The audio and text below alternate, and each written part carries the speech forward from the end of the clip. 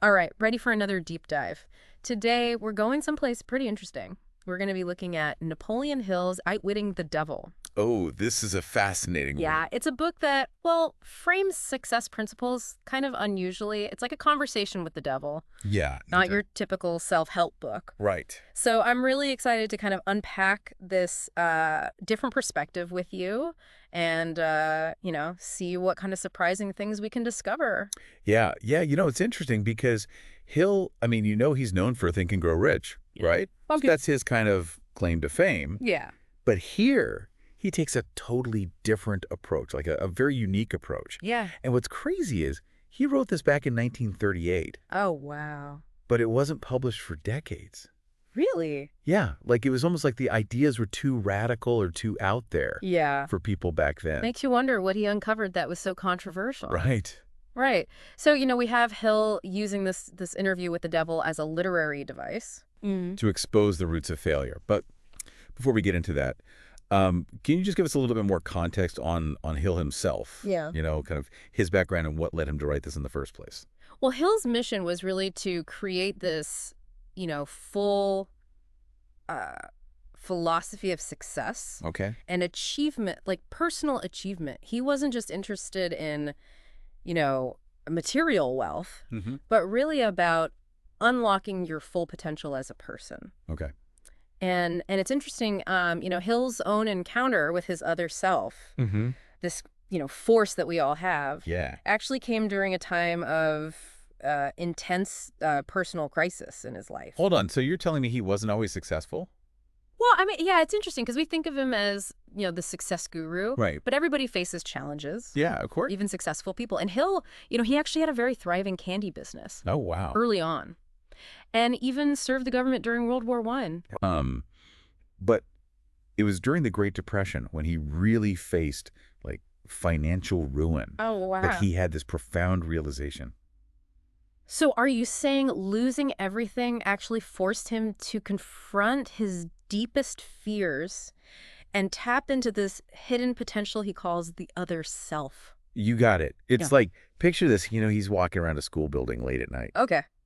Definitely, right. Like, trying to figure out how to solve his money problems. And it was in that moment of intense pressure that he had this epiphany, this realization that this crisis was actually a test. Yeah. Like an opportunity to discover his real potential. So it's like those setbacks are pushing us towards something greater. Exactly. We can all relate to that, right? Yeah. Like being pushed to our limits and then, you discover strengths you didn't even know you had. Right.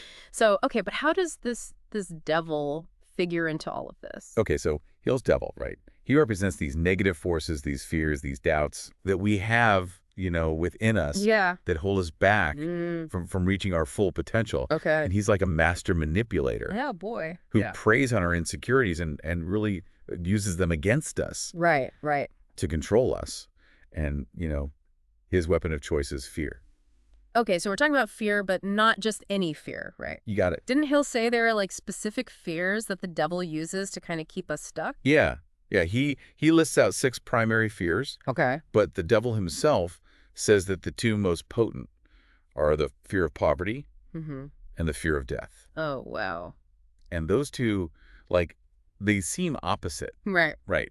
Yeah. But they're super powerful. Yeah, I see that. I mean, the fear of poverty, like you're always worried about not having enough. Right. Right? Like it keeps you in the scarcity mindset. Exactly. And then the fear of death, well, that can paralyze you. Right. Like with the unknown and just make you afraid to really live. Yeah. So how does Hill suggest we overcome these fears and break free? Well, he argues that the key is to, cultivate independent thought. Okay. And critical thinking skills. Okay. Like the devil, he prefers controlling people who don't think for themselves. Right. Right.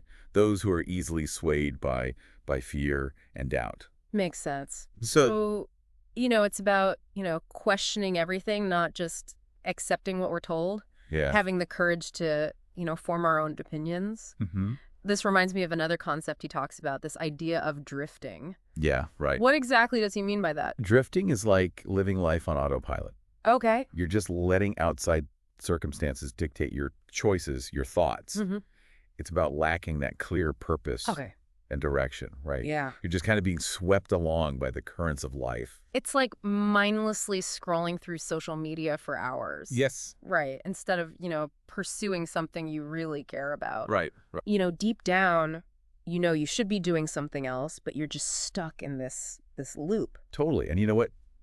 The devil confesses that drifting is like one of his most effective tools. Oh, wow. Yeah, he starts early, like in childhood. Oh, really? Yeah, he subtly influences us through our parents, our teachers. Oh, wow. Even religious instructors sometimes. Yeah, he's everywhere. He's very subtle. Yeah. He's very subtle. So it's not like he's, this big, bad, presence. Right. It's just these subtle things that kind of lead you astray. Right, and it's these adults, often well-intentioned, right? Yes, yeah. They unintentionally instill these fears in us and discourage us from thinking for ourselves. So instead of being encouraged to really think for ourselves, we're taught to conform, to follow the rules and not rock the boat. Exactly. And no wonder so many people end up feeling lost and unfulfilled. Right. Yeah. They never had the chance to, to explore their own minds.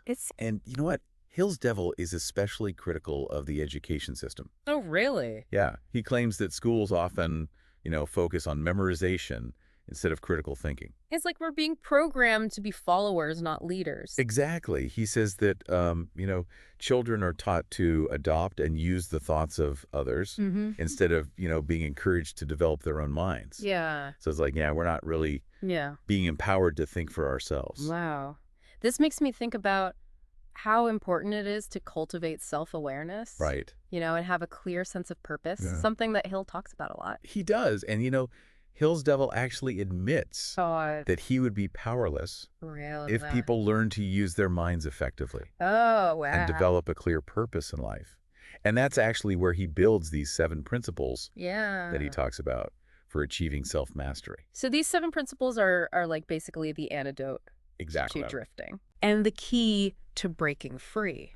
Yes, absolutely. Yeah. It's like he's giving us a roadmap. Yeah. Right. Yeah. For escaping the devil's clutches and unlocking our true potential. Sounds like we have a lot to unpack there. We do. We do.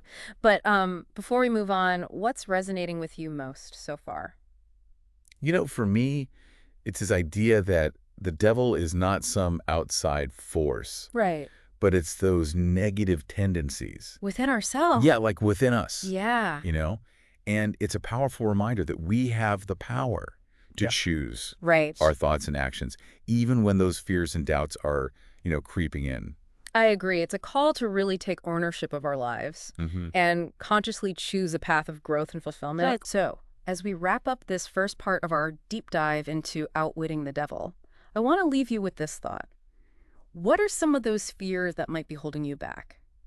And what steps can you take starting today to confront them? And maybe, just maybe, tap into that other self. We'll keep exploring this in part 2, so stick with us for more insights from Napoleon Hill's, fascinating work. Definitely. See you soon. See you then. So, welcome back to our deep dive into Napoleon Hill's Outwitting the Devil. Yeah, this is good stuff. We've already talked about some really important concepts like, the other self. Right. And how drifting can really, mess things up. Yeah. And the importance of having that definite purpose. It's like our compass, right? Exactly. Like it guides us through all of this. Yeah. And we started looking at those 7 principles, right?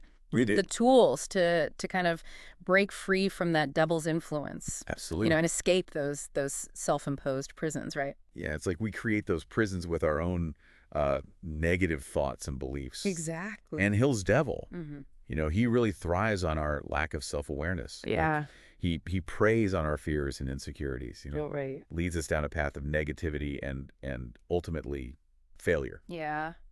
But it's so important to remember, right? What's that? That Hill's devil isn't, like some creepy creature hiding in the shadows. Right, exactly. He represents within us. Yeah, he's those negative tendencies within ourselves. Those self-limiting beliefs. Yeah. Those doubts, fears that prevent us from reaching our true potential. It's like that little voice in your head telling you, you're not good enough. Totally. You're not smart enough. Yeah, you don't deserve it. Exactly. So a big part of outwitting the devil is really about mastering our own minds. Okay. Recognizing those negative thought patterns. Right. And consciously choosing a different path And Hill gives us practical tools to do just that. Okay, I'm ready. So let's dig in. Let's talk about mastermind. Okay. Hill was a big, big believer in the power of collaboration. Yeah, he talks about this in Think and Grow Rich too, right? He does. That whole idea of, working together, you can achieve so much more. Absolutely. When you combine your strengths and support each other. Exactly. Yeah. And in Outwitting the Devil, he takes it a step further. Okay. He argues that surrounding yourself with the right people is essential for breaking free. From the devil's influence. From the devil's influence, yeah. He calls it creating a mastermind group. Okay, so it's more than just having, a team. Okay. It's intentionally building a network of people. Exactly. Who, share your values, support your vision. Or inspire you. Yeah. It's like having a board of advisors. Yes. Right. Personal board of advisors. Yeah, people you can trust. You got it. Who will give you guidance, encouragement, and hold you accountable. Absolutely. This is huge, especially today, don't you think? Oh, absolutely. I mean, we're always getting those messages, right? That go it alone. Right. Success is a solo mission. Yeah. Yeah. But Hill really emphasizes that real success often comes from collaboration, leveraging the wisdom and support of a carefully chosen group. We don't have to do it all alone. You got it. There's strength in numbers, right? Yeah, definitely. And seeking guidance from others can be really powerful. Can really push you forward. Yeah. And you know what? Hill's devil wants to keep us isolated. He wants to keep us disconnected. He wants to keep us weak. Exactly. Yeah. Because he knows that when we're alone, when we're feeling doubtful and insecure, we're more susceptible to his tricks. It's like a predator. Exactly. Looking for the weakest link. So this mastermind principle, is that a direct counter to that? It is. Yeah. Building that network of support, a community that empowers us to overcome those challenges and achieve our goals. Okay. So speaking of challenges, right? Yeah. Hill also emphasizes that it's so important to learn from adversity. Yeah. Setbacks and failures, those are an inevitable part of life. They are. But they don't have to define us. Right. Right. In fact, Hill sees those failures as opportunities for growth, a chance to learn from our mistakes and come back stronger. Right. It's not about, never failing. It's about how you respond to those failures. Exactly. And, he points out that most successful people have experienced significant setbacks along the way. It's those experiences that shape their character and help them develop resilience. Right. To overcome future challenges. Yeah, it's so easy to get discouraged when things don't go our way. It is. And fall into that trap of thinking, I'm a failure. Right. But Hill is reminding us that failure is just part of the process. It's part of the journey. Yeah. It's not about avoiding it. It's about learning from it. Exactly. Using it as fuel to grow. That makes me think about all those times, I gave up on something because it just felt too hard. Right. Or I faced a setback, and I think, now maybe if I had, embraced that challenge instead of letting it defeat me. Exactly. Things might have turned out differently. And that's exactly what Hill encourages us to do. Yeah. To reframe our perspective on failure, to see it as a, temporary setback, a learning opportunity, a chance to course correct and come back even stronger. Okay. So instead of letting the devil, use our failures against us to convince us we're not capable, we can use those failures as fuel to propel us forward. Absolutely. You got it. Yeah. And he actually gives us specific advice. Oh, really? On how to do this. Okay. He encourages us to analyze those failures, identify the lessons, and then adjust our approach accordingly. So it's turning those setbacks into stepping stones. Exactly. Okay. Using those experiences to propel us forward. Yeah. Such a powerful shift in perspective, right? Yeah. It's not about, our setbacks defining us, but how we respond. And our response here. To those setbacks. Absolutely. Okay. So another important principle he talks about is accurate thinking. Yes. And this is about developing those critical thinking skills, right? It is. Basing our decisions on facts and logic. Right. Not just emotions or assumptions. Exactly. So it's about questioning everything. Yes. Analyzing information. Forming our own conclusions. Yes. Not just blindly accepting what we hear. Exactly. And this is something that Hill's devil wants to prevent at all costs. Ah, okay. Because he thrives. He wants us to be like sheep. right? He wants us to be sheep. He wants us to be followers. Yeah. He wants us to be easily manipulated. Whoa. He thrives on our ignorance and our willingness to just accept things at face value. Yeah, it's like he wants to keep us in the dark, right? Exactly. Easily controlled. Yes, easily manipulated. Yeah. He wants us to make decisions based on, fear and impulse. Right. And avoid thinking critically. Okay. So Hill is challenging us to be more discerning, right? He is, too. To question that information that we receive. Exactly. And really develop that ability to think for ourselves. And that's so important, especially in today's world. Oh my gosh, yes. Right, where we're just bombarded with information from all these different sources. It's overwhelming. It is. It is. So we have to develop those critical thinking skills. You have to be able to filter, right? Filter through all of it and figure out what's reliable, right? What's not. Exactly. And form your own opinions based on that analysis. You got it. So again, Hill's devil wants to keep us in the dark. Yeah. He wants to prevent us from developing those critical thinking skills. Right. And he wants to make us, easy to manipulate. Easy targets. Yes. But Hill is saying, hey, you can be more informed. Yeah. You can be more discerning. You can make sound decisions. Absolutely. Based on logic and reason. It's about taking that power back. Yeah. He's reminding us that we have the power to choose what we believe. You got it. To question the status quo, to form our own conclusion, based on our analysis and critical thinking. It's about breaking free from those mental chains that the devil tries to put on us. Okay, so now, connected to that accurate thinking, is this principle of controlled attention. And this is all about, focusing our mental energy on what matters most and avoiding distraction. Exactly, like having that laser focus. Yeah. Right. This is a big one for me. Is it? Oh my gosh. I am so easily distracted. Well, you're not alone. Yeah. Hill's devil, he thrives on our scattered attention. Yeah. He wants us to be constantly distracted, Jumping from one thing to the next. Exactly. Never really focusing. Right. Yeah. And, he's throwing everything he can at us to keep our minds cluttered. Yeah. And prevent us from achieving our goal. It's like juggling too many balls. Exactly. And then, eventually you drop them all. Drop them all. Okay, so how do we combat that? Well, Hill challenges us to become more intentional. Okay. About how we use our mental energy. Okay. He encourages us to prioritize our tasks, eliminate distractions, and really focus our attention. Laser focus. Laser focus on the things that truly matter. I'm thinking about all those notifications on my phone. Oh, yeah. The constant barrage. Yeah, the news feed, social media, it never ends. Never ending. It's like, no wonder it's so hard to focus these days. Right. And that's why Hill's message is so important. Yeah. He reminds us that we have the power to choose what we allow to occupy our minds. Okay. He encourages us to develop a practice of mindfulness to become more aware of our thoughts and actions. Right. And to consciously choose to focus on those things that are important. That will move us closer to our goals. Yeah. Okay.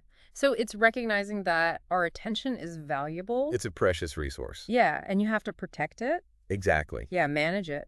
I think a lot of people could benefit from that. Oh, absolutely. Myself included. Yeah. Okay. So in addition to, controlling our attention, he also stresses the importance of being cautious. Yes. And he's not talking about being afraid or avoiding risks, right? Yeah. It's more about being mindful of our choices, right? Yes. Considering the consequences before we, jump in. Before we leap. Yeah. Yeah. Hill's devil, though. Yes. He wants us to be reckless. Reckless, impulsive. To jump into things without thinking. Right. To make those decisions based on emotion rather than logic. Right. And ignore the consequences. Exactly. Yeah. It's like he's trying to lure us into making hasty decisions that we'll regret later. Exactly. Right. Yeah. But Hill challenges us to be more strategic. To be strategic. To plan carefully. Okay. To consider all the angles before making a decision. So weigh those risks and rewards, right? Exactly. Seek out information, advice. From trusted sources. Yes, and be prepared for those unexpected challenges. Absolutely. And this reminds me of, surrounding yourself with that supportive mastermind group. Yes, right. Who can give you those different perspectives. Exactly. And help you make those informed decisions. You got it. So it's not about, living in fear or avoiding all risks. Yeah. It's about being informed. Yes. Informed decisions. Making those mindful choices. Absolutely. And surrounding yourself with those supportive people. Yes, that will help you thrive. Thrive. You got it. Okay. So as we, keep going deeper into these principles, yes, it's clear that Hill is providing us with this framework. He is a real framework for personal development. Yeah. Yeah. And he's giving us the tools to break free, to overcome those self-limiting beliefs. Right. And achieve that life of purpose and fulfillment. It's like a call to action, right? It is. To take responsibility for our lives. Yeah. To develop our minds. To create an environment that supports that growth. Exactly. Okay, so how do we translate all of this knowledge into action? That is the million-dollar question. It is.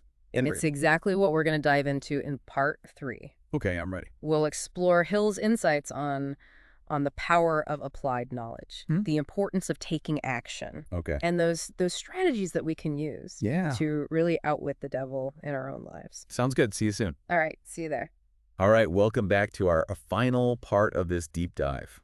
It's been quite a journey. Yeah, it has. It has. We've been spending the last 2 parts unpacking this book, Outwitting the Devil by Napoleon Hill. A real classic. It is. In the personal development world. And we've explored, I think, some really important ideas. Definitely. Like the power of the other self and how, drifting can really sabotage our efforts. Yeah, it can sneak up on you. And how that definite purpose is so crucial. Like a compass. Yeah. Yeah, it guides us through it all. And we've even looked at some of those 7 principles. Practical tools. Yes, to combat those inner demons and achieve, a fulfilling life. Exactly. Those are really the keys. Yeah. But I think now we're at the part that a lot of listeners struggle with. Yeah, I agree. Which is, how do we actually put all of this knowledge into action? Right. Like, it's one thing to understand these principles, but how do we really integrate them into our daily lives? You've hit the nail on the head. Yeah. Because Hill himself recognized that this is often the most difficult part. Yeah. He doesn't want us to just passively read this information. Right. He wants us to apply it, to make it a living, breathing part of who we are. He talks about applied knowledge. Yes, exactly. Right. It's like taking that leap from theory to practice. And I know I'm guilty of this. Oh, I think we all are. You read a self-help book, you get all fired up. Yeah, all motivated. And then life happens. Life happens. Old habits come back. Those old patterns. And those amazing insights kind of fade away. It's so common. And Hill knew that this is where the real work begins. It is. This is where we often face the most resistance from those old patterns and beliefs that the devil loves to exploit. So how do we bridge that gap? Well, Hill provides us with some guidance. Okay, good. I need it. And one thing he emphasizes is the importance of starting small. Okay. Manageable steps. Manageable steps, exactly. Don't try to change your whole life overnight. Right. Don't overwhelm yourself. Yeah. Pick one principle. Okay. And really focus on incorporating that into your routine. So let's say we pick mastermind. Okay. Yeah. And you focus on building those relationships. Yes. And, once that becomes more of a habit. A part of your life. Then you move on to the next principle. Exactly. You build momentum. Okay. You create new habits and gradually transform your life. Okay. I like that, small steps. Small steps. That's the key. And you know what this reminds me of? That's that mastermind group, right? Yes, yes. It's like having that support system Absolutely. can make a huge difference in actually putting these principles into practice. It's like having a team of cheerleaders in your corner. Right. To help keep you going. Reminding you of your goals. Yeah, and keep you accountable. Exactly. So, we've talked about these principles, and a lot of this really resonates. Yeah. But there's this one part I wanted to circle back to. Okay, which part? Hill's emphasis on the knowledge of sex. Yes. And the ability to think accurately. That's a very interesting part of the book. It is. It is. When I first read that, I have to admit, I was kind of confused. Yeah, it seems a little out of place. Yeah, where's he going with this? Right. But the more I think about it, in the context of everything else, I'm starting to see how it connects. Exactly, because Hill saw this connection between those two seemingly unrelated things. Right. And, he believed that sex, like other powerful forces, needs to be understood and controlled. Okay. It's not about suppressing it. It's about recognizing its power. Okay. And not letting it control you. Okay. And he argued that this energy can be channeled into creative pursuits. So like fuel your creativity, fuel your drive. Exactly. Exactly. But that's where the accurate thinking comes in. Yes. Right? It's like you're using your mind to make those informed decisions. Yes. Not letting, impulses run the show. To direct your energy towards your goals. Yes, I see that. It all ties together. It does. It does. And, it also makes me think about his point about expressing unsolicited opinions. Oh, yes. He saw that as a form of discipline. Self-discipline. Yeah, and a way to avoid unnecessary conflict. To be more mindful, right? Yeah, be more mindful, listen more. Yeah, learn from others. Yeah. Instead of always trying to...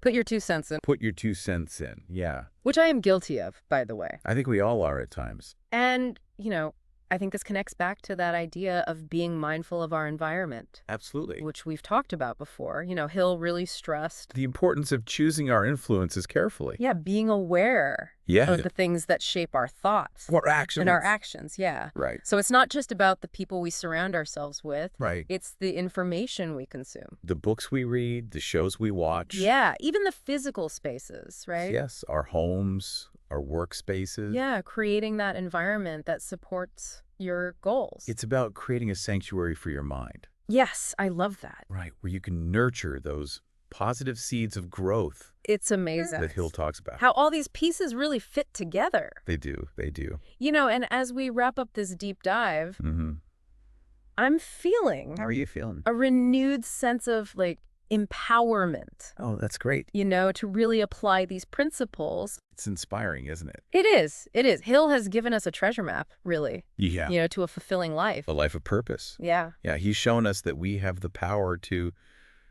outwit the devil within. Yes. To overcome those limitations we put on ourselves. Yeah, and step into our full potential. It's a journey, not a destination. That's right. It takes effort, awareness, and a willingness to step outside of our comfort zones. Yeah, absolutely. So as you move forward, remember those key takeaways. The power of your other self, the importance of fighting that drifting, and those 7 principles, they're game changers. They really are tools for transformation. Yeah, take what resonates with you, experiment, and see how these ideas can really shape your own path. And keep diving deep. Yes, keep diving deep.